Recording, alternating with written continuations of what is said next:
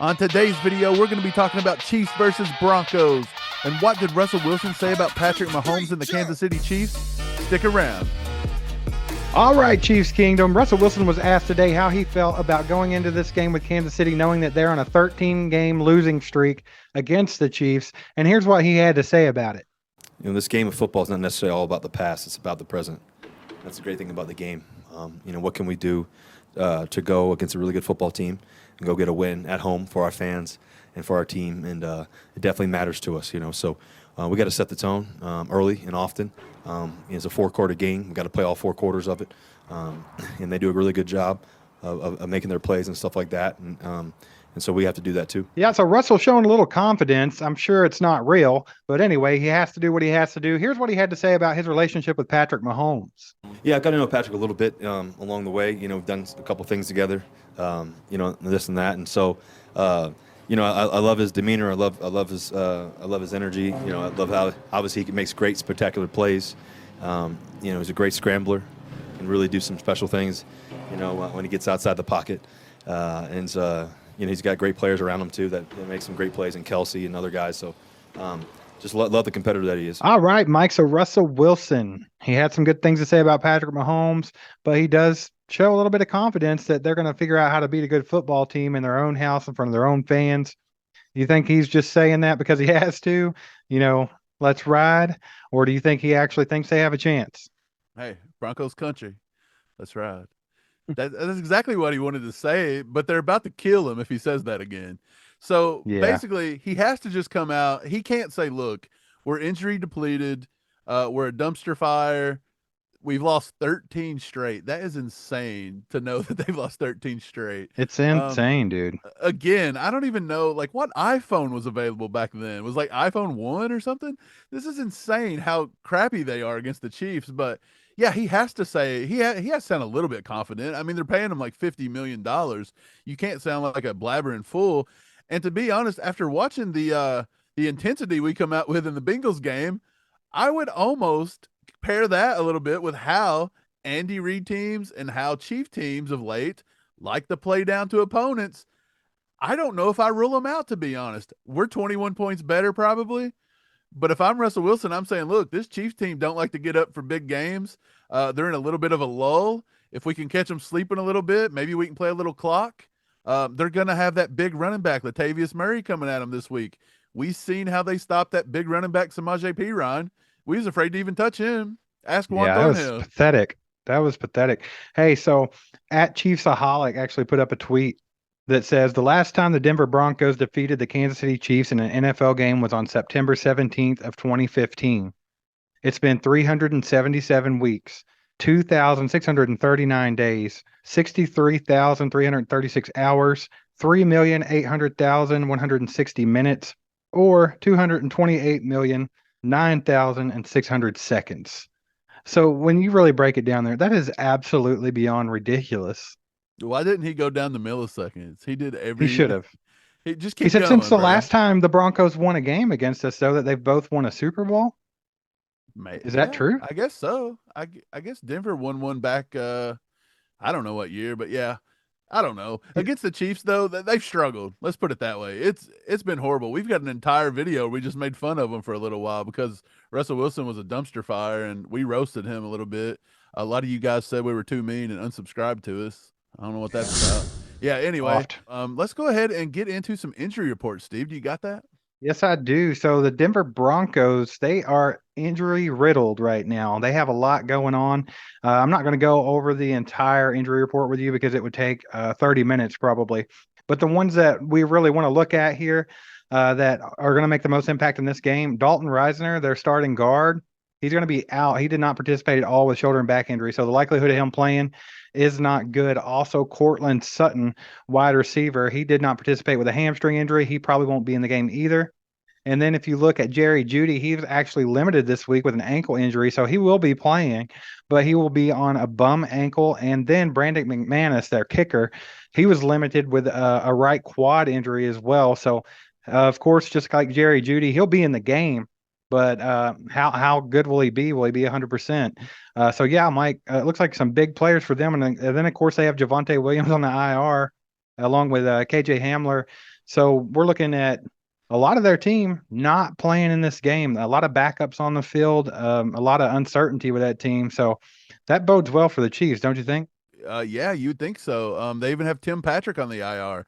These guys are Yeah. pushing out receivers that are either not going to be full strength or they're not household names. Russell Wilson don't have his number one running back. He's not going to have his one of his best offensive linemen. I already have a stat here on Russell Wilson that says he's actually been sacked 2 times or more in every game this season, and he's had 3 sacks against him in all but 2 games. And now that you're going to take Dalton Reisner out of the equation, our defensive Well, line should eat a little bit. Then here's again, the we said thing. this about Burrow. Exactly. They should have been able to get to Joe Burrow last week. PFF actually has Cincinnati's offensive line ranked at number 15 in the league right now. So they're not as bad as people thought they were. They're definitely ascending on that list. Now, the Denver Broncos offensive line, they're the number 18 overall in the league. So they're a little bit worse than the Bengals, and they have their starting left guard out probably with an injury. So that's going to be someone that Chris Jones will be matched up with a lot of the day, will probably be that left guard, their backup, whoever that might be, whoever they slide in that spot. So you would think there's a huge advantage for the Chiefs. And you think this could be the week they could bounce back with a good performance after a very lackluster one against the Bengals. Yeah, you'd think Karlaftis could come back in, get a sack this week. Probably he's been on a tear. Chris Jones needs that bounce back. Carlos Dunlap's looked pretty good. Frank Clark's had a good get off here lately, but it just seems like we're not getting home. This is the week that I feel like we need to get home. If we come out and don't get to Russell Wilson this week, guys, we have a problem. Brett Veach should have probably looked at that instead of Kadarius Toney. Just saying.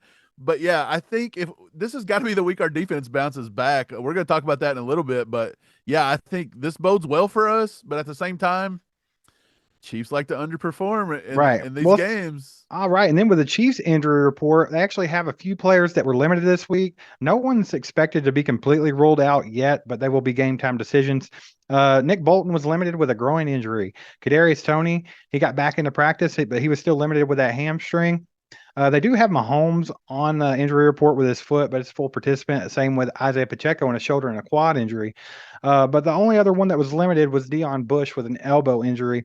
Other than that, we got some banged up players here and there, but nothing major. So it looks like this team's pretty much healthy. And if they can have Kadarius Toney back on the field, that's one big offensive weapon, knowing that McCole Hardman's still not off the IR just yet. So that would be a big help there. Yeah, the more I think about it, I think we're going to be disappointed with Kadarius Toney this week. I think the closer it gets to the game, they may just hold him back. I know he wants to play and he wants to be there, but you just cannot keep rushing this guy back on the field and risking that hamstring injury going all Right. the way into the postseason or just be a whole thing that ends his year. You can't do it. He wants to get out there. I know he does, but with him being so limited in practice this week, I feel like closer to the game, the Chiefs medical staff, Andy Reid, all the above might just be like, hey, man, go ahead and we'll save you till Miko gets back and you guys can just come back together and we'll take this by storm.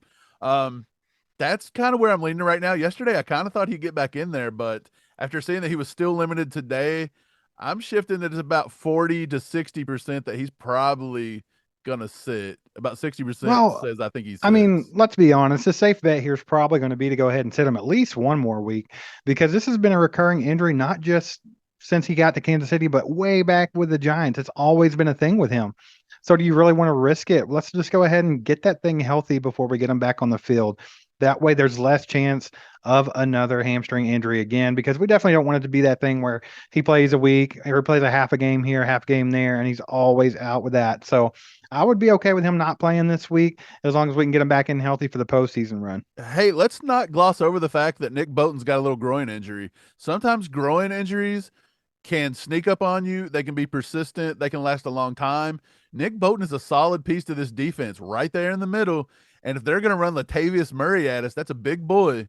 And if Nick Bolton's at not 100% or he was to go out there and aggravate it or something, it's going to be a little bit of a problem heading into this stretch run here. You're coming up on a bunch of teams that have good running games, like Right. decent running games. They will run at you. Like they're not afraid to run it at you. So That's definitely something to keep an eye on there. Nick Bolton didn't have his best performance last week against the Bengals by any means. He did lead the team in tackles with 16, so he was doing the job as far as that goes, but he was getting absolutely roasted in coverage all day long.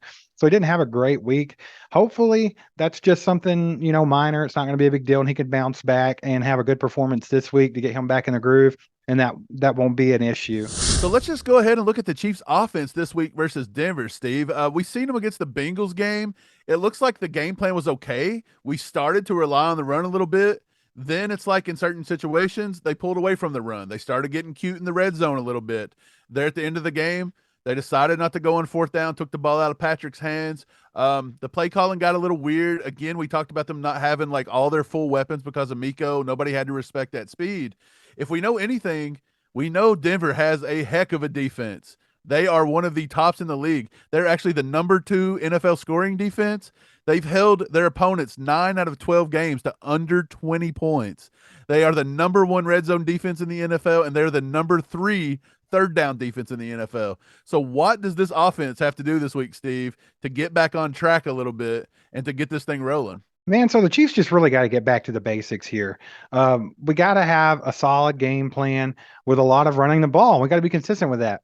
And they, like you said, they've been going more to the run lately, which is a good thing to see, but they can't abandon it in times when it's needed. Like in the red zone, especially last week against the Bengals, Isaiah Pacheco was having his way with that defense as well as Jerick McKinnon. We could have ran the ball 4 straight times and it had a touchdown, no doubt in my mind. But instead, we pull off some crazy Andy Reid specials where he had Jerick McKinnon in the Wildcat that says, "Hey, I'm running the ball 100% and gets it shut down." So they've just got to not outsmart themselves. Basically, just go out there, call a solid game because this is a really good defense. They are legit. Now, our offensive line, they do need to step up a little bit and have a better game than last week, especially on our tackles. Even with that bad performance last week, PFF still has the Chiefs' offensive line rated at number 4 in the entire league, which is a very good place to be. They are only number 14 in the pass blocking efficiency, though. The only thing that's really helping us here is Bradley Chubb is no longer in Denver, so that's a good thing for them. Orlando Brown, he's ranked 23rd tackle in the NFL right now, so he's really got to bounce back and get back on his feet, have a good week. You got to start somewhere, man, and he's really got to start building on that. So hopefully this week the offensive line can get going. We can get Pacheco a lot of carries, and then we can open some things up in the secondary because, like we were talking about, there's a lot of injuries here and there on this Denver team, so they're not at 100%. But they still have a legit defense, man. So we definitely don't want to get in that slow-paced game where we can't keep the offense on the field ever, and it be low scoring and give them a chance to win a game that we should win handily. Yeah, Pacheco said it best. They asked him about Denver's defense. He said they fly around, they cover ground.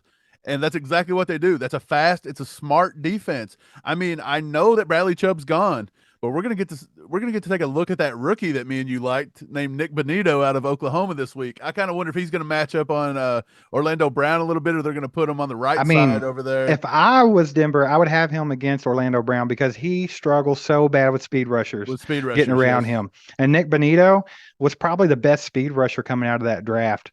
He was the top edge rusher in college football the year before in efficiency. If you watch any of our old draft coverage, we were banging the table for that fella named Nick Bonito. We loved him, man. We even compared him a little bit to Derek Thomas in some of his bend and some of his get off on the ball. But yeah, I'm curious what's going to happen. I think Orlando and them need to step up. I think the offensive line has to step up. There's one guy. They have like really good safeties and corners. Pat Surtain, the second's out there. They still got Kareem Jackson at safety. He's really good. They drafted Damari Mathis out of Pittsburgh last year, the year before, I don't remember. But he's pretty solid as well. I do believe you can move the ball on these guys, but they are solid. They're going to play. They're going to force a lot of punts in situations if you don't want to go out and execute. If you don't execute, they're going to make you punt. It's that simple. The only other thing I'll say is Josie Jewell, that linebacker, he's not fast, but he is always around the ball. And that's a guy, if we can get some bodies on him, if the offensive line can get to the second level, we should be able to run the ball a little bit. I know last week against Cincinnati, the outside zone run kind of got stale a little bit, and Andy Reid and them didn't know what to do. But I think we need to get to the pitch game a little bit. I thought we looked good on the pitch game, getting it to the outside. I thought Sky Moore looked good on some of those end arounds and those jet sweeps. We got to get a little more creative. If the outside zone stops working, find different ways to run. And if all else fails, let's just line it up in the eye situation and just take it to them, man. Yeah, one more thing that I'd like to see on this offense, we have to have somebody step up as a receiver because Patrick Mahomes, of course, he spreads the ball around everything, but I think Juju's got to step up and have a really good game. They've got to get that, chemistry going with him and Mahomes and get that, as a part of the offense to where we know how Juju is. He's a chain mover. He's somebody you can rely on. He's just like Kelsey, and we saw that earlier in the year. If you need to get a first down, throw the ball at Juju, and he's going to catch it and he's going to convert. He even did that against the Bengals last week, but we never went back to him. So we've really got to get him in a groove, man, because I think it's very important to have a receiver that you can rely on besides Travis Kelsey. There was a guy on the field last week, a wide receiver for the Chiefs, that when I went back and rewatched that Bengals game, he was open quite a lot. Mahomes was getting rid of the ball, and he was going to another receiver before he was getting to him because he was doing quick reads, quick, quick, quick. But if he would have held the ball for just an extra point two, point three, Justin Watson was getting open. That kid could be lethal. This may be a week you might see a little Justin Watson action. I'd like to see Sky Moore. We keep seeing Sky Moore take steps, and then we thought with that game last week or the week before, we thought Sky Moore was going to turn it on, and then he disappears a little Yeah, bit. I'm with you. I want to see Sky Moore to continue to progress. And I like the fact that Justin Watson's come in and been a decent receiver. But I feel like Juju came to this team to be the receiver. And I really want him to take that over. And it's not just at his fault, in my opinion. I feel like he's not getting involved in the offense at the fault of play calling and things like that and different reads. But I think Andy needs to make sure that happens. Him and Mahomes have got to hook up a lot, and he's got to make himself known as, hey, I'm the receiver on the Chiefs. I'm going to catch the ball. They're going to rely on me, and that takes a lot of heat off of Travis Kelsey and a lot of heat off our run game, and that can open up a lot of stuff. So let's hope that's what happens. I'd love to see that. But let's go ahead and move on to the Chiefs defense versus the Denver offense. Like I said earlier when we touched on it just a little bit, this Denver offense, they are beat down and they are not good. They are the worst offense in football by a long shot. So this is a week that this defense really needs to bounce back and get right. This is a get right week for Spagnuolo's defense, especially that defensive line who barely did anything against the Bengals. They very very underperformed in that game, and this is their shot against a bad O line that's missing one of their starters to bounce back, get to that quarterback, get to Russell, and make themselves known, get some sacks, get a sack in Sack Nation, baby. We don't want to just see y'all getting pressures. Let's get back there and get to them. Hey, we're not called Pressure Nation, bro. We're called Sack Nation. You got to go back there and sack somebody. Get those big paws on them, get them to the ground. But yeah, as good as Denver's defense is, their offense is the exact opposite. Denver has had 7 games where it's come down to one score. And it's mainly because the offense can't score. If the offense would score points, these guys could win games. But we see all the injuries, we see everything. It doesn't look any better this week. So the Chiefs did get lucky there. Again, Denver's offense, they're averaging 13.8 points per game. That is last in the NFL. They have punted more than any other team in the NFL. They have the second lowest red zone touchdown efficiency. So when they do get to the red zone, which isn't very often, they have the second lowest in efficiency. So, I mean, that's saying something. I think what we got to do is this defense has got to have a big week this week. Like you said, it's a bounce back week. If this defense does not bounce back this week and we allow this horrible, atrocious offense to keep them close, especially if our offense is not going to move the ball and put up points, if that defense can keep our offense from putting up a lot of points and our defense wants to come out and do nothing again, this is going to be close. And like I said, I believe this is all on the defense. This is a defensive game. This should be a defensive battle this week. Not saying our offense shouldn't put up points, but it should feel more like a defensive battle. I think our defense is good enough to hold Russell Wilson. I think they're good enough to get after him. Are they going to do it? It remains to be seen. But I'm with you, man. This is a week that our defensive line has to step up, especially if Nick Bolton is lingering with that groin injury. Protect him a little bit, get after the quarterback with the front four, and let's hope these rookies on the outside keep performing to their ability. Justin Reed, you may want to guard somebody this week, and Dulcich, that kid's pretty good at tight end. Yeah. We actually said that too. We were like, man, that'd be nice to snag him in the second or third round. Yeah, so with this offense you're looking at right now, it's pretty much going to run through Latavius Murray and one receiver, Jerry Judy, and he's going to be on a bum ankle. So, I mean, really the sneaky play here is Greg Dulcich. I feel like he's the most dangerous person on that offense at the moment. And Justin Reed, Mr. I tweet too much and say too much crap I shouldn't say, he's going to have to step up and make sure that Greg Dulcich doesn't tear him apart because this defense has been pretty bad at allowing, receivers to get out there and find the soft spot in the defense, especially when we drop into a zone. There's always just getting picked apart. So this is one of those things where you just have to, watch for the sneaky play on Dulcich there because they don't have a whole lot going on, and he's probably the only bright spot in that offense this season, in my opinion. Yeah, so the reason we lost to the Bengals is the same reason we will lose this week if the defense don't do it. Tackle. Just tackle somebody. We missed more tackles Right. than ever last week. You're not going to be able to come out and do that. Samaje P. Ryan, again, we made him look like Earl Campbell. He looked like Herschel Walker. He looked like whoever he wanted to look like. We couldn't tackle him. We looked scared to tackle him. They're running Latavius Murray. It don't get any easier with this guy. This guy's a monster as well. Well, So when he's look, not in, Mike Boone and Marlon Mack. So I mean, they're right. kind of all the same in the same vein, Yeah. So the point is you have to tackle, you have to step up. Justin Reed has to tackle. Juan Thornhill's got to tackle. You guys are going to have to hit somebody this week. That's the name of the game. I wouldn't be surprised if the Broncos don't come out and run that same type of offense, ground and pound, try to keep Mahomes off the field, and then they're going to hit those. They're going to try to go long to the same way they did the Jamar Chase a few times. They may take a few shots. They're going to work the middle of the field. They're going to work behind our zones. That they're just going to mimic. This is a mimic league. They're going to mimic exactly what Cincinnati did to us last week. And the thing is, Cincinnati shouldn't have beat us like they did if we would have just tackled somebody.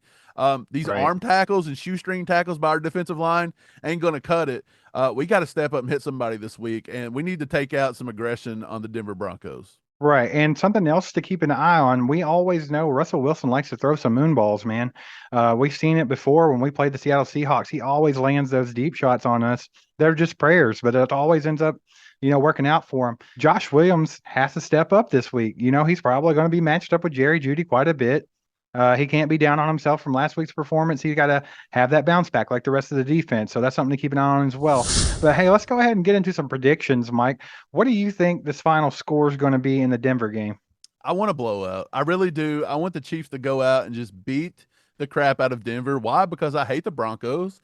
B, we need a bounce back game. We said that if it was super close or we was to lose this, God forbid, Chiefs Kingdom's going to be in an uproar. We're going to be a little scared. You can't be limping into the postseason, especially with a team like Denver. This team Hey, is horrible. if you thought I was mad after the Bengals game, if they get out here and Dude, lose the Broncos, I might burn a couch. I right. might do something crazy. YouTube may kick us off of YouTube over his rage. But other than that, this is what I'm going to do. I'm not going to pick a blowout. I'm just not. I'm not going to do it. I feel like the Chiefs played down to their opponents too much. Andy Reid will find a way. Look at the Rams a few weeks ago. We all thought this was the same type of game. Injury depleted. We should have killed them. And the Rams actually, I mean, we beat them comfortably, but it wasn't that great. The Chiefs tried a bunch of weird stuff. I'm going to go ahead and say the game, because of Denver's defense, the Chiefs scored 24. I'm going to say that's all we can get. 24. And I'm going to say they scored 10. I'm going to give them 10. I'm going to go 24-10. And I'm going to give the offensive player of the game to Travis Kelce again. There's no way this guy's getting shut out 2 games in a row. Big Yeti had that big turnover in the last game. He's not letting it happen. He's coming out with a vengeance. Patrick's going to find him, let him redeem himself. And on the defensive side of the ball, this might be just from the heart. But the way Josh Williams stepped up last week and took responsibility and said, look, guys, it's on me. He didn't whine like Thornhill. He didn't cry like Colin Saunders. I think he's going to come back this week. He's going to have a good game when he's matched up on Jeudy. I'm going to say Josh Williams has at least 5 tackles this week, and I'm going to give him his second pick. That would be sweet. All right, man. So what I'm going to do is I didn't want to take a blowout in this one either, but when I really just take a look at it, what my mind tells me, I'm going to say the Chiefs put up 27, and that's pushing it. I think that's about the max they're going to get on this defense. But their offense is so atrocious, and we have a defense that should be fired up. I'm going to go ahead and give them 9. So I'm going to say 27-9. The Chiefs beat Denver at Mile High, and I'm going to say Travis Kelce has a bounce back game as well because he's got a little bit of a fire under his butt. So I'm looking at 2 touchdowns, 100 yards for Kelce. Chiefs Kingdom, make sure to get over to that community tab. We put up a poll asking what you want to see in the future from All Chiefed Up. A lot of you guys have already voted. A lot want to see live streams, which are coming, but a lot of you wanted to see special guests. We actually had one on yesterday. It was Lance from the Spoken Podcast. excellent guest, a lot of good insight on Chiefs football. Make sure to click this video right now. That way you can see what he had to say. And we'll be back tomorrow with part 2 of that conversation with Lance. And we'll see you after the Broncos game as well. Let's go, Chiefs. Go Chiefs. See you guys. There goes a sight from my soul.